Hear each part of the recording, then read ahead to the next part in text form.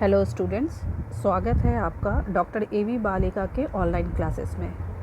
Class 8 आज हम आपके साइंस के चैप्टर का सेकंड चैप्टर पढ़ेंगे। ठीक है, साइंस बुक्स का सेकंड चैप्टर पढ़ेंगे जिसका नाम क्या है? सूक्ष्म जीव, मित्र एवं शत्रु। ठीक है, चलिए, ये आपको दिख रहा होगा क्या लिखा हो? मित्र एवं शत्रु। इसके छोटे से ये नोट्स है, इस नोट्स के माध्यम से पूरे बुक्स को पढ़ाई जाएगी आपको। ठीक है, ध्यान दीजिएगा। पहला लाइन क्या कहलाता है? कहता है सूक्ष्म जीव कहते किसको हैं? देखो, वैसा जीव जिसे हम अपनी आँखों से नहीं देख सकते हैं। ठीक है, नंगी आँखों से नहीं देख सकते, इसे देखने के लिए हमें यंत्र की आवश्यकता होती है, ज़रूरत होती है। उसे हम क्या कहते हैं? सूक्ष्म जीव, जिसको इंग्लिश में कहते हैं माइक्रो ऑर्गेनिज्म। ठीक है, दूसरा पॉइंट क्या कह रहा है? सूक्ष्म जीव को 4 मुख्य भागों में बांटा गया है: जीवाणु, कवक, प्रोटोजोआ, शैवाल। ठीक है, जीवाणु, कवक, प्रोटोजोआ और शैवाल ये सूक्ष्म जीवों के प्रकार हैं। विषाणु भी सूक्ष्म होते हैं, छोटे होते हैं, परंतु अन्य सूक्ष्म जीवों से भिन्न होते हैं क्योंकि ये केवल परपोषी में ही गुणन करते हैं और शरीर से बाहर एक निर्जीव प्राणी होते हैं। अर्थात इसमें क्या होता है? देखो, विषाणु शरीर के अगर बाहर रहेगा तो ऐसा लगेगा जैसे वो निर्जीव है, लेकिन जैसे ही किसी सजीव के संपर्क में आता है, यानी हमारे अगर शरीर में गलती से चला भी जाता है तो ये कैसा हो जाता है? एक्टिव हो जाता है, अपना काम करने लगता है। ठीक है, ऐसा है ये वायरस।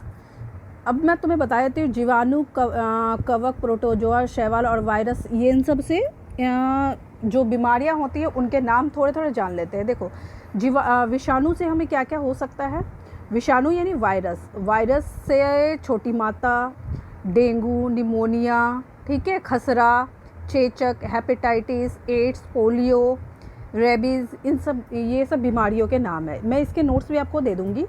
ठीक है, जीवाणु से कौन कौन सी बीमारियां होती है? डिप्थेरिया, निमोनिया, काली खांसी, प्लेग, टाइफाइड, ये सब। कवक से क्या क्या हो जाएगा आपको? दमे की रोग हो सकती है, खाद खुजली हो सकती है, गंजापन है। प्रोटोजोआ से अगर प्रोटोजोआ किसी के शरीर में प्रवेश कर जाए तो उससे कौन सी बीमारी होती है? सोने की बीमारी, यानी जैसे बहुत ज़्यादा सोना आने लगता है, बार बार नींद आती है, जिसे पेचिस, काला जार, मलेरिया, पायरिया। ये बहुत इंपॉर्टेंट क्वेश्चन है। मलेरिया हर बार पूछा जाता है आपको कि मलेरिया जो है किस सूक्ष्म जीव से होता है? तो किससे होता है? प्रोटोजोआ से। इसके एक छोटे से नोट्स मैं आपको बना के दे दूँगी। ठीक है, कुछ विषाणु जनित रोग, जैसे देखो आपको ये दिया हुआ है, ये नाम दिया हुआ है विषाणु से कौन कौन से आपको रोग होते हैं। जुकाम है, इन्फ्लुएंजा है, एड्स है, खांसी है, ये सब। ठीक है ना? क्या आप मानते हैं कि जितने भी सूक्ष्म जीव हैं वो हमारे लिए नुकसानदायक है? नहीं, कुछ सूक्ष्म जीव ऐसे भी हैं जो हमारे लिए लाभदायक है। तो इस प्रकार के जो सूक्ष्म जीव है उसे हम क्या कहते हैं? मित्रवत सूक्ष्म जीव। यानी मित्रवत का मतलब दोस्त है ना। वैसे एग्जाम्पल में देख लो, दही है, ब्रेड है, केक है। ठीक है, ये सब क्या है? इस तरह के जो सूक्ष्म जीव हैं जो जिससे दही, ब्रेड, केक ये सब बनता है, अल्कोहल, ये हमारे जो है हमारे लिए लाभदायक है। कुछ सूक्ष्म जीव मृदा की उर्वरता में वृद्धि करते हैं, यानी मिट्टी के लिए बहुत अच्छे होते हैं, उसकी उर्वरता को बढ़ा देते हैं। ठीक है, दूध से दही में परिवर्तित, आपको पता है ना दही किससे बनता है? दूध से। तो कैसे बन जाता है ये? इसमें कौन से जीवाणु होते हैं जो दूध को दही में परिवर्तित कर देते हैं? तो यह है लैक्टोबैसिलस जीवाणु। ये आपको पूछा जाता है हमेशा क्वेश्चन। ठीक है, चलिए आगे बढ़े। किण्वन क्या है? किण्वन एक प्रक्रिया है जिसमें फलों के रसों से अल्कोहल या शराब बनाई जाती है। आपको पता है ना, अंगूर से शराब और अल्कोहल बनाई जाती है। तो ये क्या है? किण्वन, ये एक तरह की प्रक्रिया यानी प्रोसेस है जिसके द्वारा इसको बनाया जाता है। ठीक है, इसमें यीस्ट प्राकृतिक शर्करा को निम्नीकरण कर अल्कोहल में परिवर्तित करते हैं। ये प्रक्रिया के द्वारा ये बनाया जाता है। ऐसी औषधि जो जीवाणु में वृद्धि को रोक देती है, यानी उसे नष्ट कर देती है, वो क्या कहलाता है? एंटीबायोटिक। एंटीबायोटिक आपने हमेशा सुना होगा। आप जब बीमार पड़ते हो, 2-3 दिन ज़्यादा हो जाता है, 3 दिन से ज़्यादा जब बुखार हो जाता है तो कहता है डॉक्टर कि अब एंटीबायोटिक देना पड़ेगा। एंटीबायोटिक यानी आपके अंदर ऐसे विषाणु या जीवाणु प्रवेश कर जाते हैं, ठीक है, जिसको नष्ट करने के लिए हमें एंटीबायोटिक लेना पड़ता है। यहाँ पे कुछ एंटीबायोटिक्स के नाम दिए हुए हैं, ये देख लीजिए आप कौन कौन से हैं। पेनिसिलिन है, स्ट्रेप्टोमाइसिन है, टेट्रासाइक्लिन है, इरिथ्रोपिया है आदि, ये है। ठीक है, ये क्वेश्चन 1 नंबर में आता है कि पेनिसिलिन की खोज किसने की थी, तो 1929 में अलेक्जेंडर फ्लेमिंग ने पेनिसिलिन की खोज की थी। ओके, यहाँ तक किसी को प्रॉब्लम है? आप अपनी बुक्स उठाओगे तो देखोगे कि सारे नोट्स वही हैं। ठीक है, चलिए अब हम आगे बढ़ते हैं।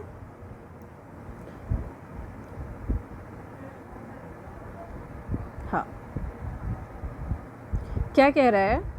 शिशु एवं बच्चों के शरीर में प्रतिरक्षी उत्पन्न करके रोग कारक सूक्ष्मजीवों को नष्ट करने के लिए टीका लगाया जाता है। हैजा, क्षय आदि बीमारियों को टीके के द्वारा रोका जा सकता है। बच्चों को इंजेक्शन लगता है ना, जब बच्चे छोटे होते हैं, आप लोगों ने देखा होगा किसी 1.5 महीने में टीका लगता है, 6 महीने में, 9 महीने में, 5 महीने में, ये सब टीका लगता रहता है। तो ये क्या करता है?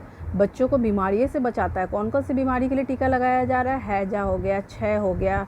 ठीक है, हैजा उसको कहते हैं जो उल्टी दस्त लग जाते हैं बच्चों को, उसके लिए ये सारे टीके दिए जाते हैं बच्चों को। इससे क्या होता है? बच्चों के अंदर इम्यूनिटी पावर आता है, यानी रोगों से लड़ने की शक्ति आती है।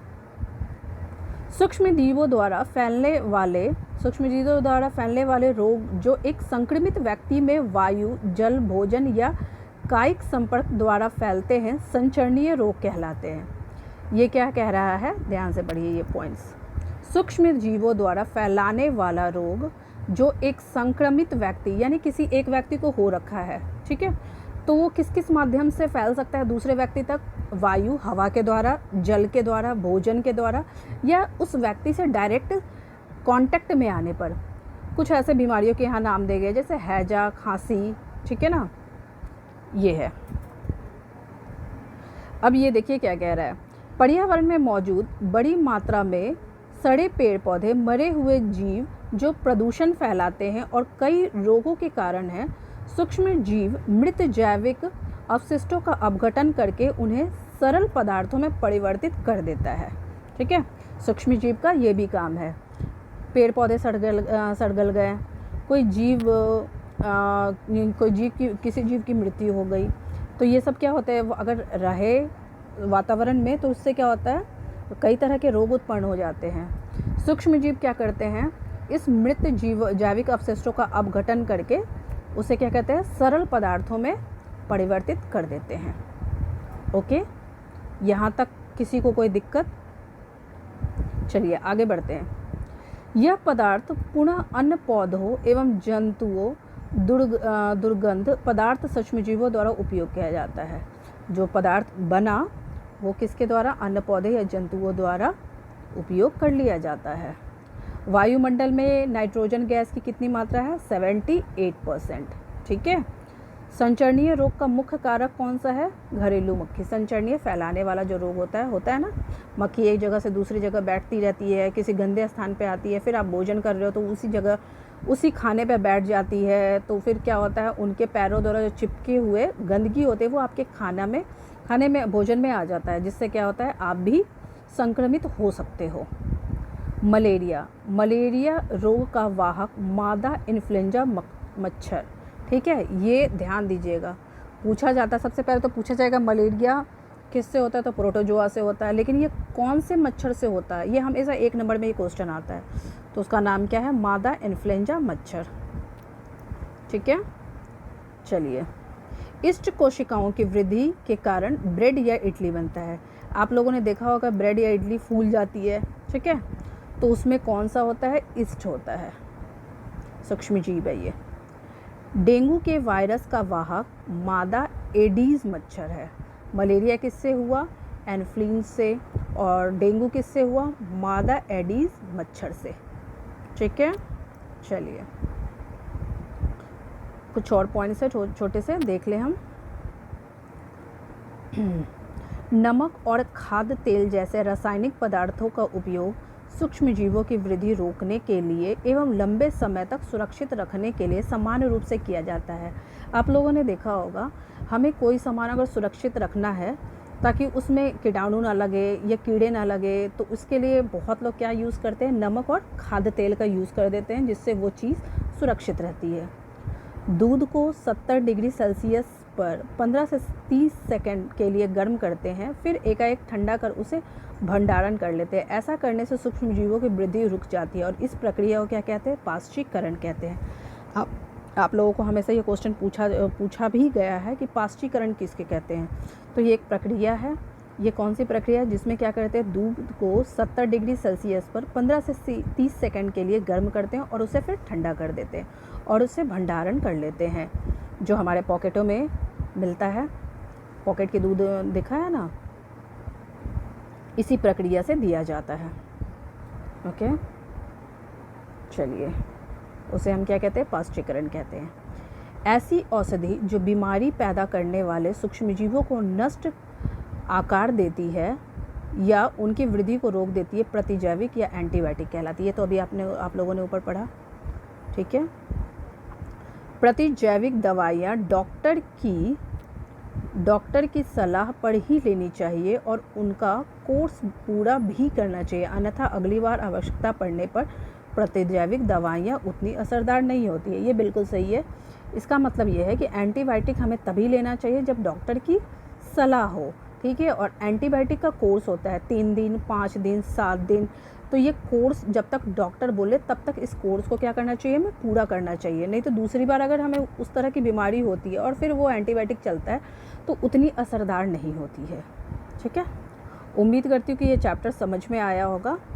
चलिए, अब हम मिलते हैं नेक्स्ट